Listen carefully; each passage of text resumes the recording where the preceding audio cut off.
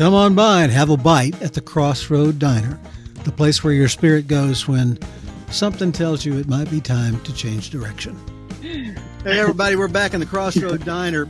And Jackie Tantillo, say your name properly. Tantillo. Jackie Tantillo. Oh, I'm Italian. Italian. Easier than I thought. Yeah.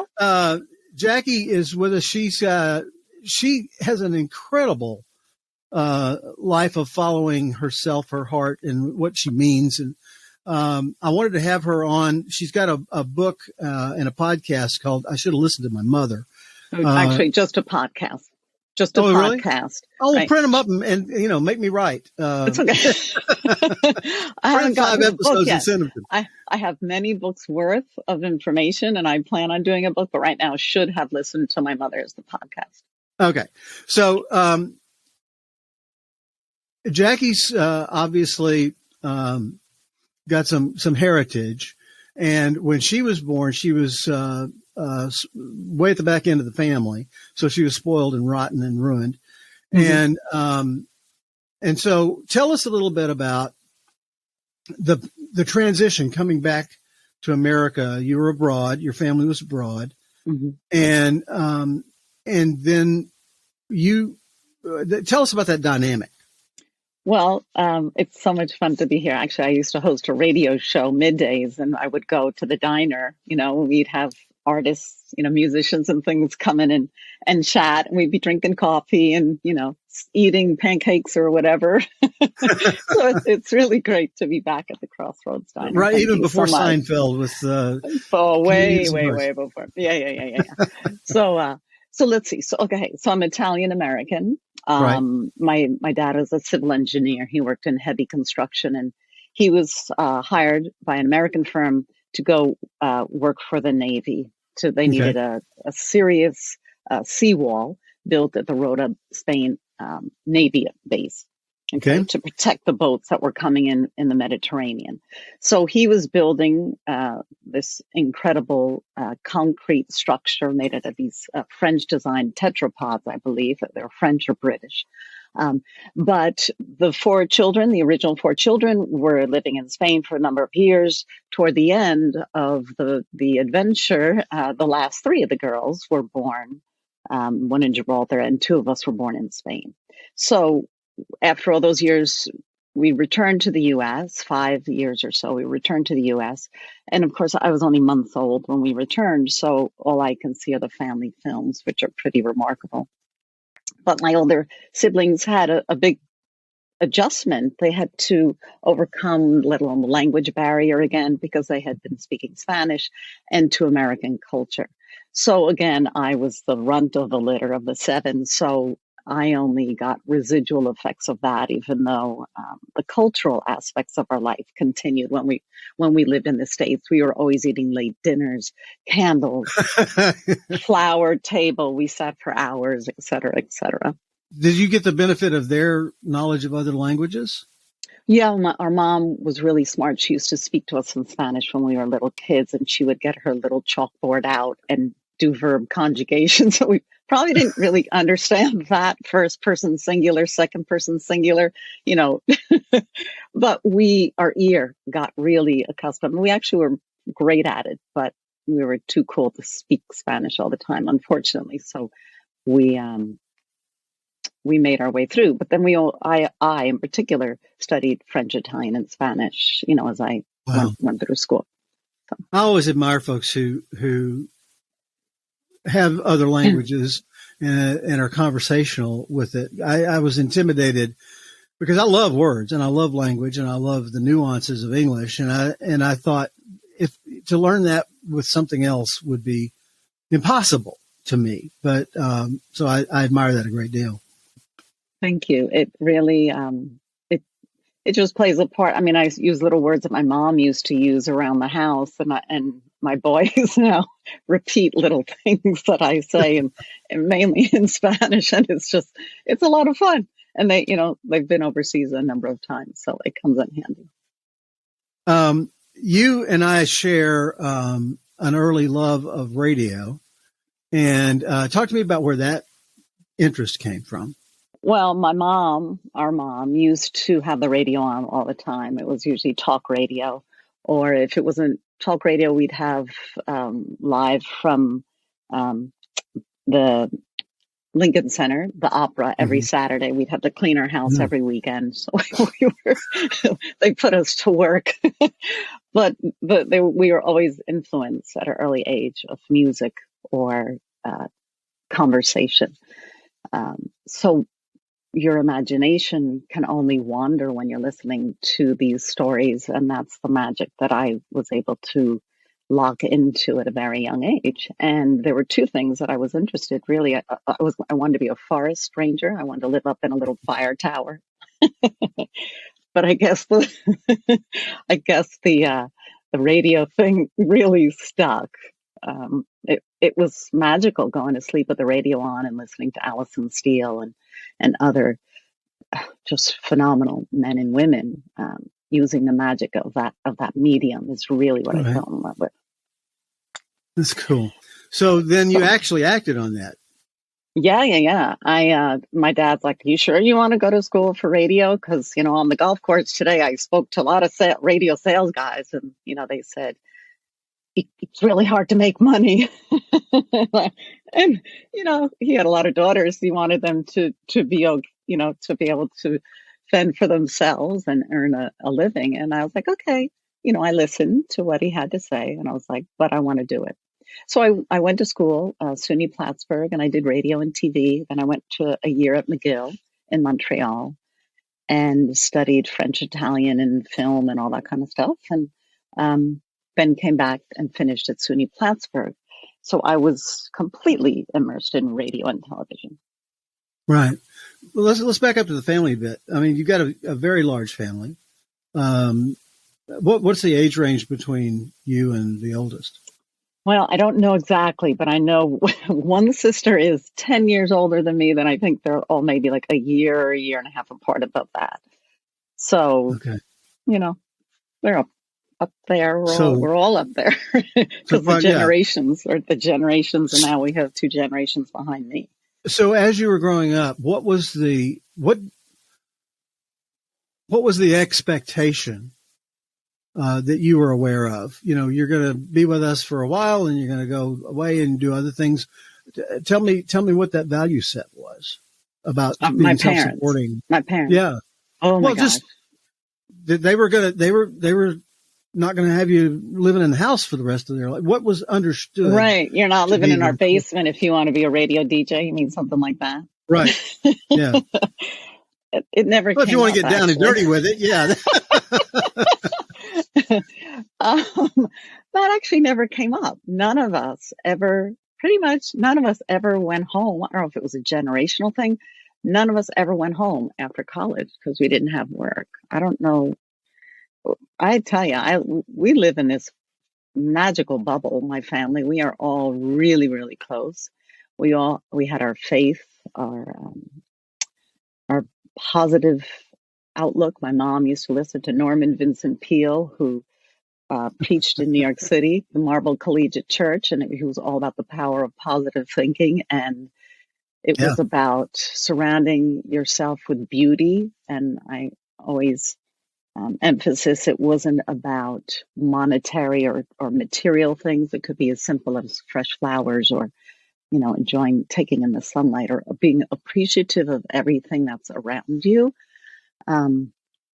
So our mom and dad, they laid that groundwork for what was important in life.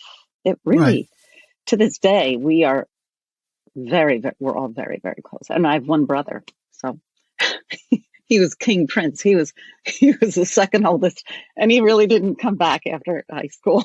He went away to school, and he had enough with all the ladies. But it was the vibe in the house. It was our parents' attitude and philosophy about life. They knew that we were ready to go out and experience the world. They were always there for us. And they were really fun to be with too. We really enjoyed their company. Well, as a result, it sounds like you grew up with a positive expectation of the world versus a fear of being able to pull your own weight or any kind of fear related to the future.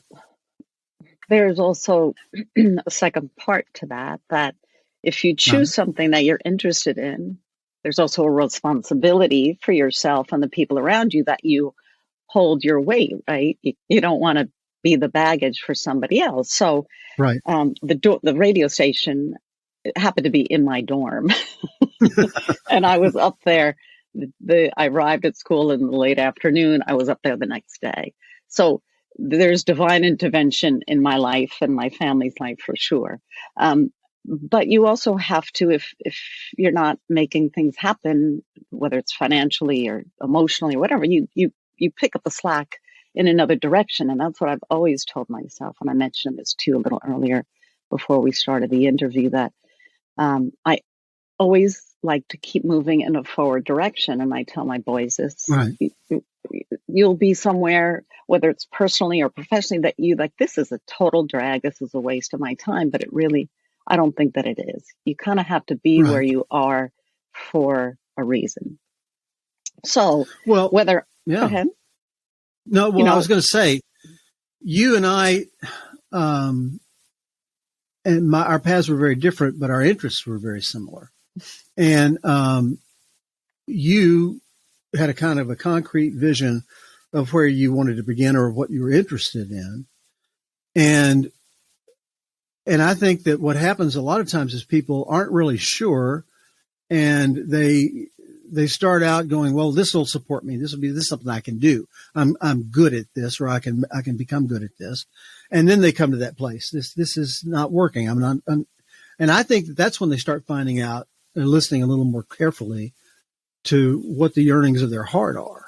Absolutely. I mean, you can certainly have millions of dollars in the bank and you could be miserable, or you could be poor and do what you love and surrounded by the people that you like, that get you, that give back to you. And that's what you got to listen to what's in your heart. Again, I've waited tables. I've cleaned houses when I was little. I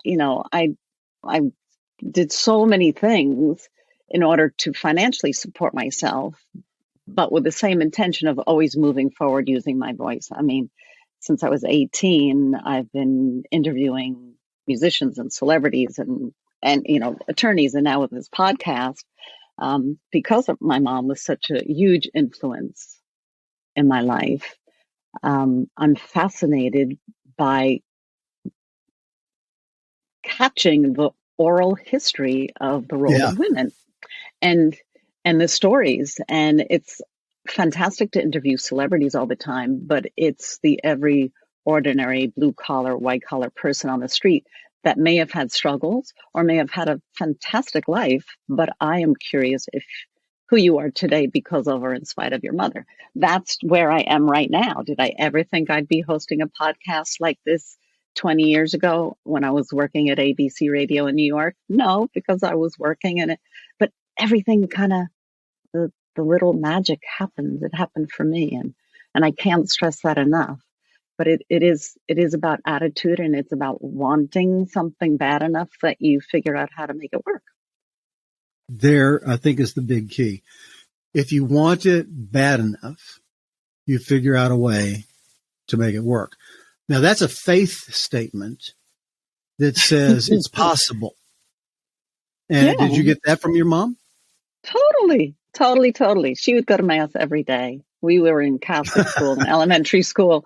We would go to Mass, 8:00 Mass, and then we'd get in trouble because, communion happened after the first bell rang, all that kind of stuff. But she was brilliant. She wasn't concerned about the confines of the Catholic Church. She actually broke down their walls pretty regularly in her conversations with the priests. And she gave us that freedom to garner what was really significant and the importance of the religion or spirituality that could work for us, that, the optimistic, the positive things about it, not the controlling things about it. Yeah. Well, that's what I find fascinating. You got a woman of great faith, goes to Mass daily, listens to Norman Vincent Peale also, and has a mind of her own, and owns her own personal responsibility for looking at the dogma that's being handed her and choosing her path through there. I think that really builds that's got to build all of your siblings, but I think it would build the girls in particular, to have a role model like that.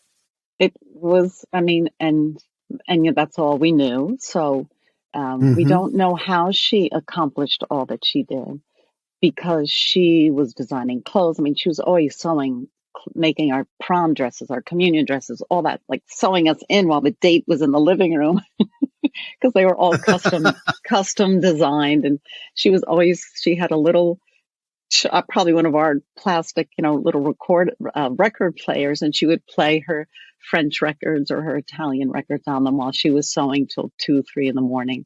That was her quiet time. That was her peaceful time for herself.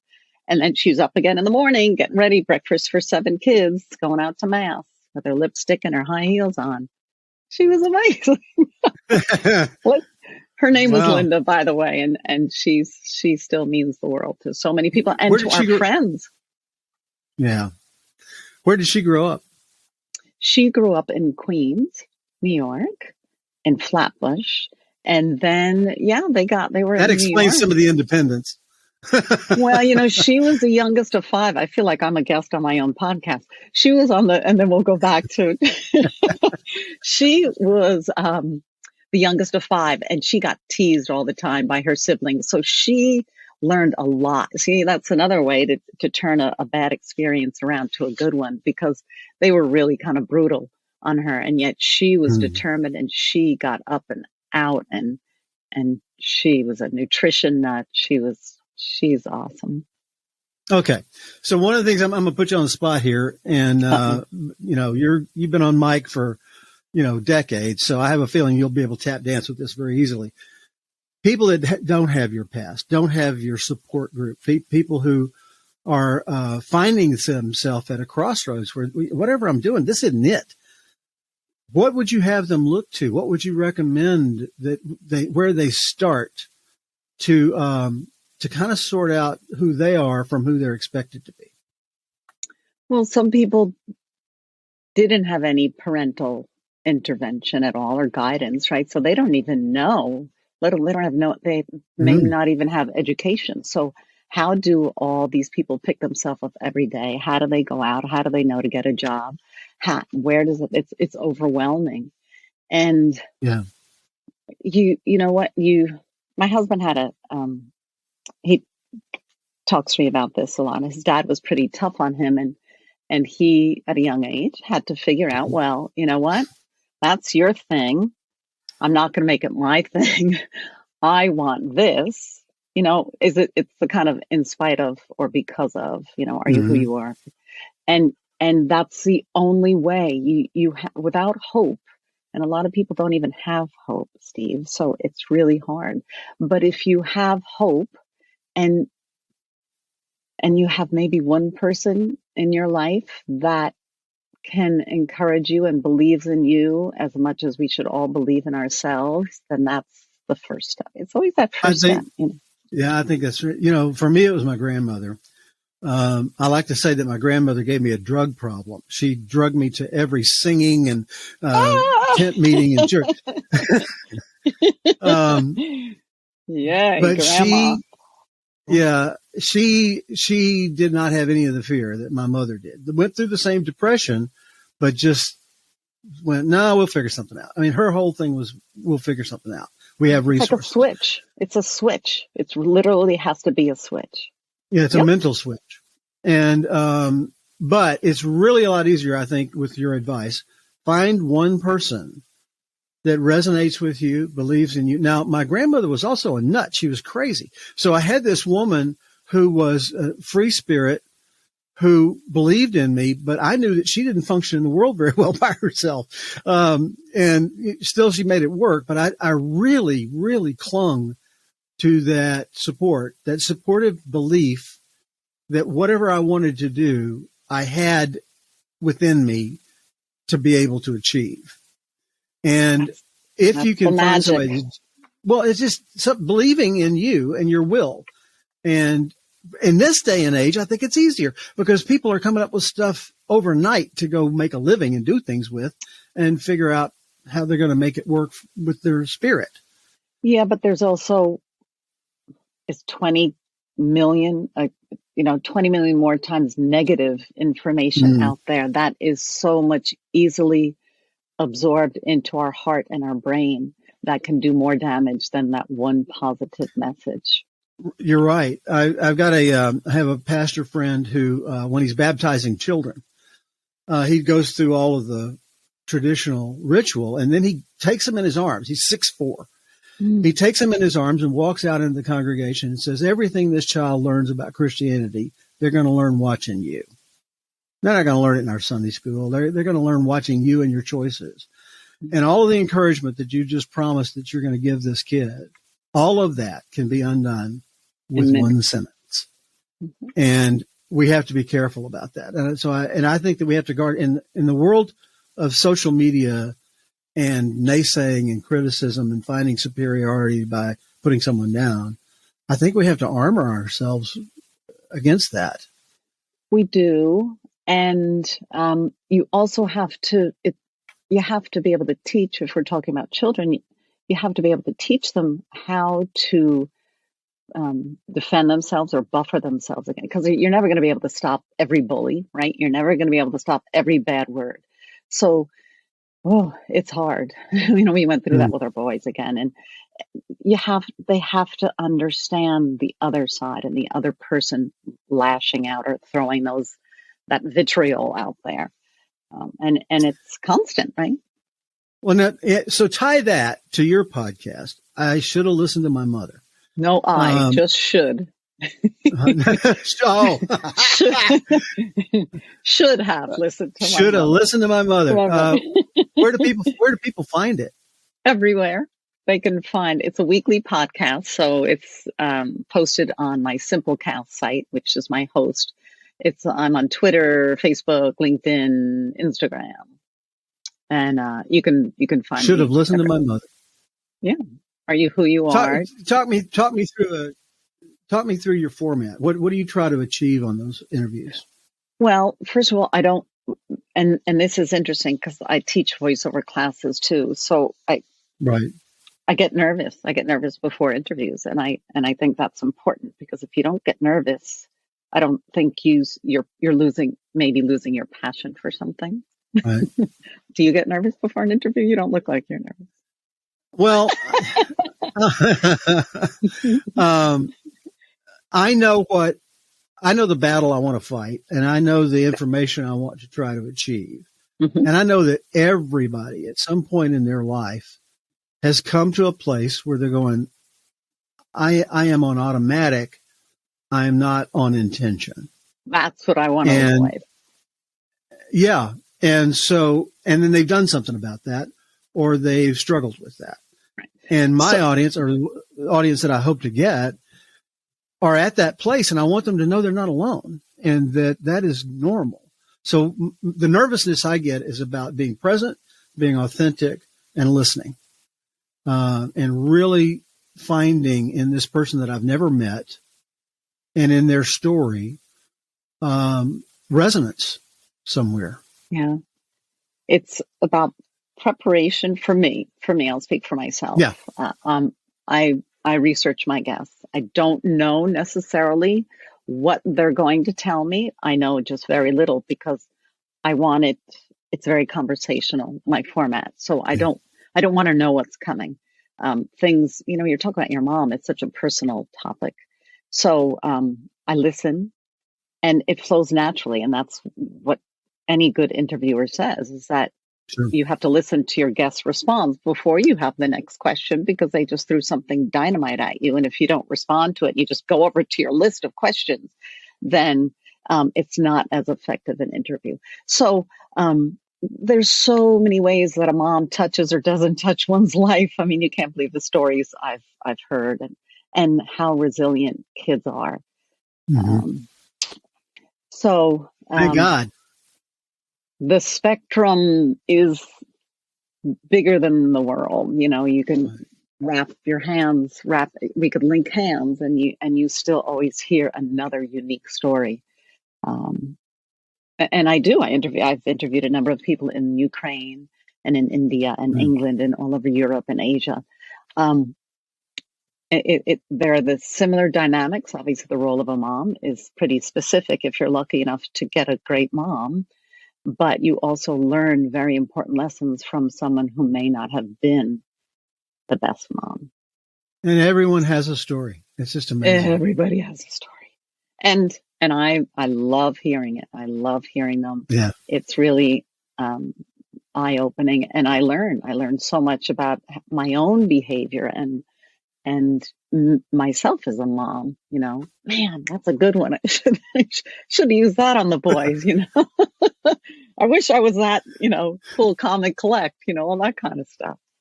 It's remarkable. Well, you got time. They're still alive. Sometimes the best connections are when they become parents and they're sitting there looking at you going, why didn't you tell me this? Or you did tell me. I didn't listen. Right. Oh, my goodness. So I want everybody to know that the links to your show are going to be in our show notes. Yes, and, I can send them to you. Yeah, that'd be great. And it sounds like the kind of thing that could be very, very rewarding and connecting to be listening to people from a wide range of cultures and backgrounds and find that connection, find that reality that resonates. Oh my goodness. You speak to whether it's someone, a gentleman who's an engineer, brilliant engineer. He speaks 8 languages. Now he's writing books. His mom was a writer, where women in India, they weren't supposed to work. They weren't supposed to do anything. They were translating for someone in the government, high up in the government. And yet, like the cooking of the meals together is one of the most important, those subtle little things, whether it was those quiet moments or the in-between moments, that you remember and hopefully cherish, right? Yeah. Okay. Thank you, Jackie, for being with us in the Crossroad Diner and really giving us fun. some insights on where to look. We'll be back on Monday with John Burdett, and we'll be talking more about how you go about finding your passion, how you go about identifying the direction that you don't even maybe know right now that you want to go. Until next time, we'll point you toward Jackie's shows that you can share some of those things, and we'll be back next time on the Crossroad Diner. Come on by and have a bite at the Crossroad Diner, the place where your spirit goes when something tells you it might be time to change direction.